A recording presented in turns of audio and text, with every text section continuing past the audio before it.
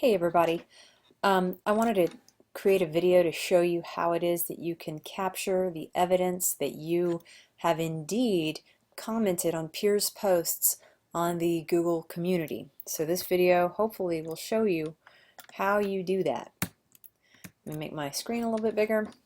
Okay, so let's go look at the assignment first that I'm even talking about. If we go into Dropbox, and then you go to, in session 6, at that point, you're going to have to demonstrate that you've been responding to peers on their, responding to the peers' blog posts from session 1 through 6, but you do it not on their blogs, but actually on the Google community. So it's on you in session 6 to sort of turn in your assignment and say, yeah, I did that. And here I'm going to show you quickly, and here Professor Hewitt is how I can prove to you I did it. And so that's what I'm showing you guys is how you prove that. So again, remember in session 1 you made a blog post, session 2 you made a blog post, and one thing you were supposed to do, let me go ahead and show you the course plan so this makes more sense while I'm talking. I try to show as I tell, so let me get this up so I can do that. So session 1 you made a blog post, but you also promoted it on that Google community, and in addition you read 2 peers' responses and you responded to them, hopefully on the Google community. Some of you though did not do that. You ended up going directly to those peers' blogs, and then at the bottom of their blog post you would comment there. And that's not the assignment. That's a great way to comment on people's blogs. That's sort of a natural, normal way to do it. But in this class, in order to contain everybody's stuff in one spot where we can all see it, we want to be posting responses on the Google community. So in session 1, a lot of people did it the right way and a lot of people did it the other way. And so for this assignment, session 1 through 6 peer responses, technically I'm only going to make you show me or make you prove that you commented on the sessions 2 through 6. We're going to let session 1 go in terms of you proving anything, and we're going to, so starting with session 2 is really where you technically do have to show me, even though I know that most of you did the session 1, but we're going to let that go. You don't have to prove it in the template that I provide. Okay, so let's go ahead and go look in that Dropbox and let's check out that template. So I kind of explain all that, what I just said. It's kind of explained here as well. You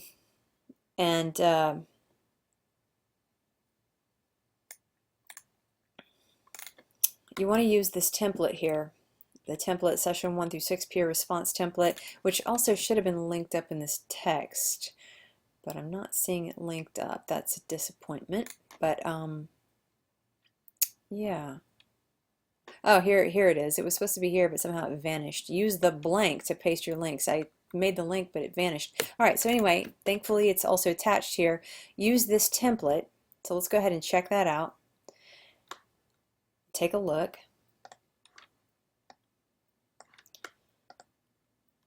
So that you can see what it looks like, and I'll keep this handy and go ahead and model this for you as we work through this. So on this template, again, like I just said, so what you're going to do is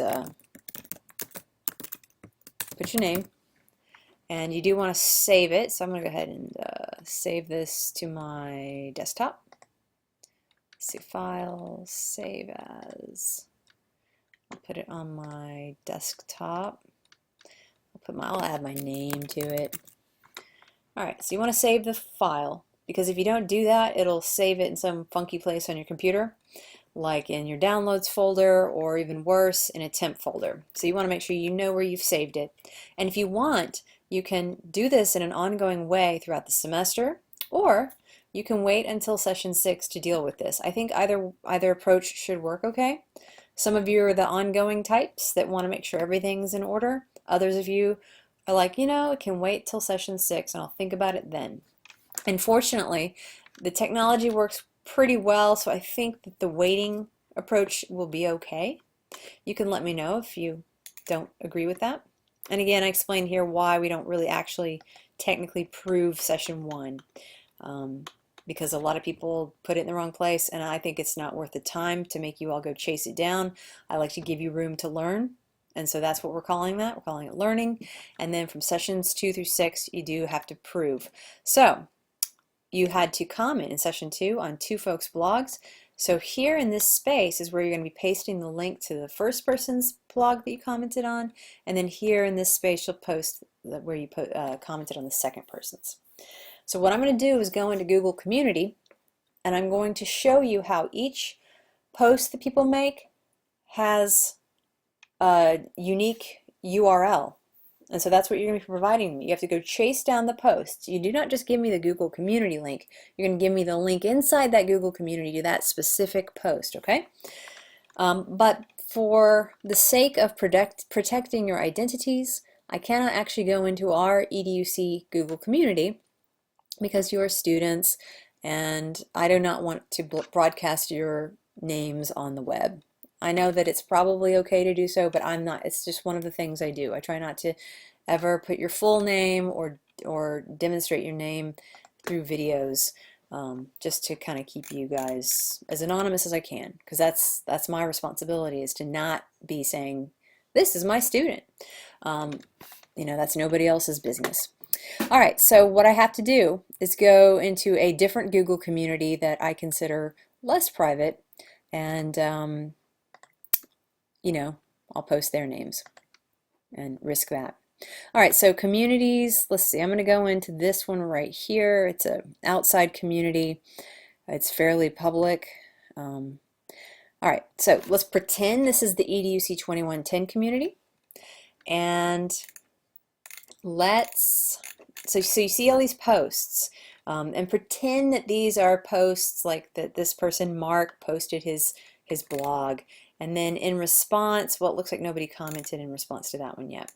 But so let's look at this one right here. I'm going to make the screen a little bit smaller this time. All right, so Kevin made a post, and we see that we've got 3 comments on this post. So let's go ahead and use, I have to pick a person that's a good example.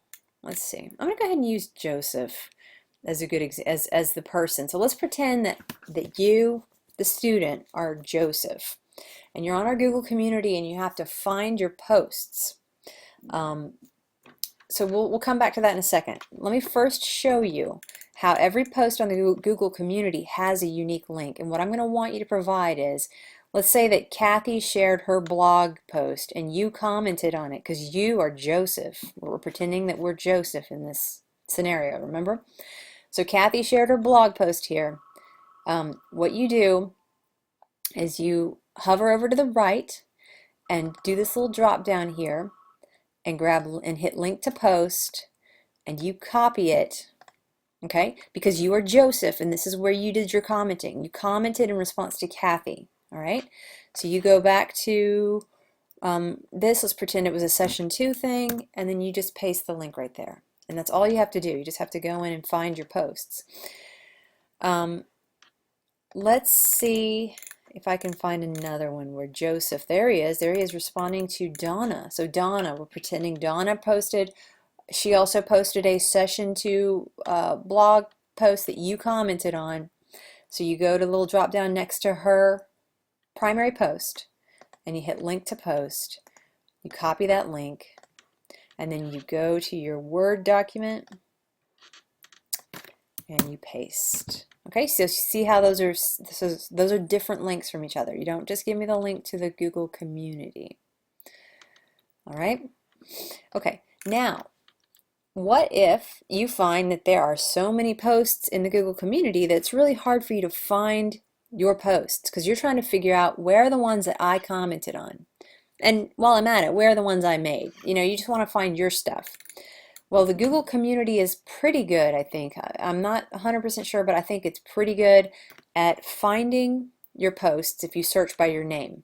Now, keep in mind, you need to use the right name. Some of you are using pseudonyms in the Google Community, so be sure you know what your pseudonym is and how to spell it. So in the case of this example, we're pretending that we are Joseph, and we want to find older posts that are not just here on the top that Joseph might have made. So let's go ahead and search by this unique last name. I think that there could be more than one Joseph on this group of 900 people that I'm looking at. So I'm going to go with this more unique looking last name. You can also search by the whole name, I think, and I think that works as long as you spell it right and you put the right kind of space between it. But I'm going to search Holberg.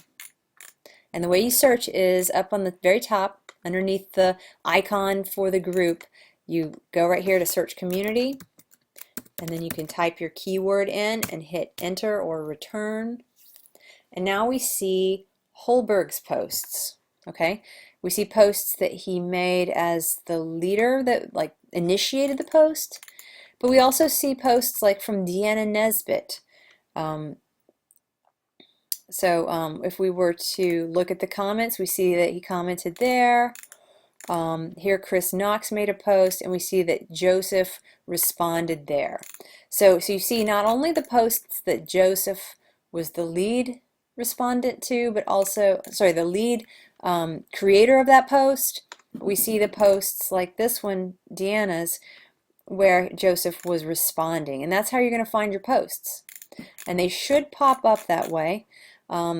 If you're not seeing them that way, you might try the most recent option as well. Okay, and this shows us things from 2014 now. So between those two options, I think you should be able to find all of your posts and then quickly provide links to them.